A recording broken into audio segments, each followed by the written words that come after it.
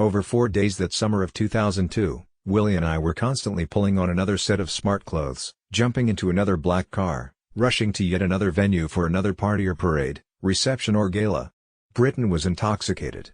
People did jigs in the streets, sang from balconies and rooftops. Everyone wore some version of the Union Jack. In a nation known for its reticence, this was a startling expression of unbridled joy. Startling to me anyway. Granny didn't seem startled. I was startled at how unstartled she was. It wasn't that she felt no emotions. On the contrary, I always thought that Granny experienced all the normal human emotions. She just knew better than the rest of us mortals how to control them. I stood beside or behind her through much of the Golden Jubilee weekend, and I often thought, if this can't shake her, then she's truly earned her reputation for imperturbable serenity. In which case, I thought, maybe I'm a foundling? Because I'm a nervous wreck.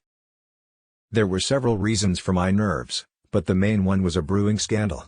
Just before the Jubilee, I'd been summoned by one of the courtiers to his little office, and without much build-up he'd asked, "Harry, are you doing cocaine?"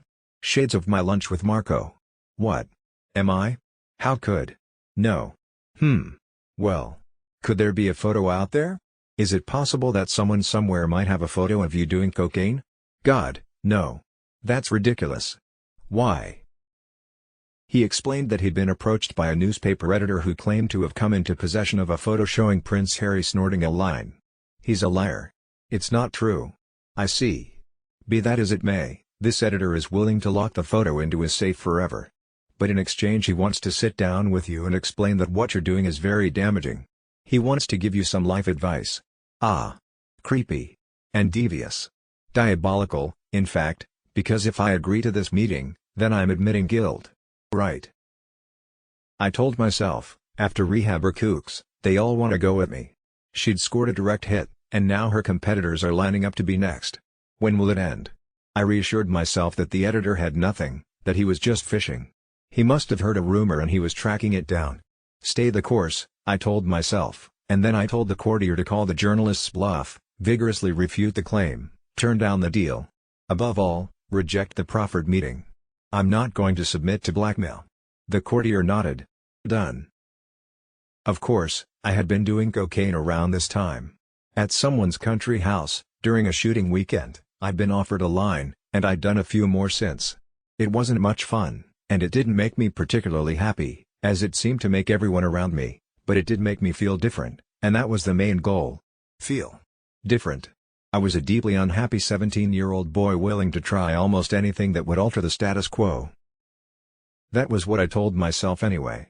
Back then, I could lie to myself as effortlessly as I'd lied to that courtier. But now I realized coke hadn't been worth the candle. The risk far outweighed the reward. Threatened with exposure, faced with the prospect of fouling up Granny's Golden Jubilee, walking a knife's edge with the mad press, nothing was worth any of that. On the bright side, I'd played the game well. After I'd called the journalist's bluff, he went silent. As suspected, he had no photo, and when his con game didn't work, he slithered off. Or not quite. He slithered into Clarence's house, and became very good friends with Camilla and Pa. I was ashamed for lying. But also proud. In a tight spot, a hugely scary crisis, I hadn't felt any serenity, like Granny, but at least I'd managed to project it. I'd channeled some of her superpower, her heroic stoicism.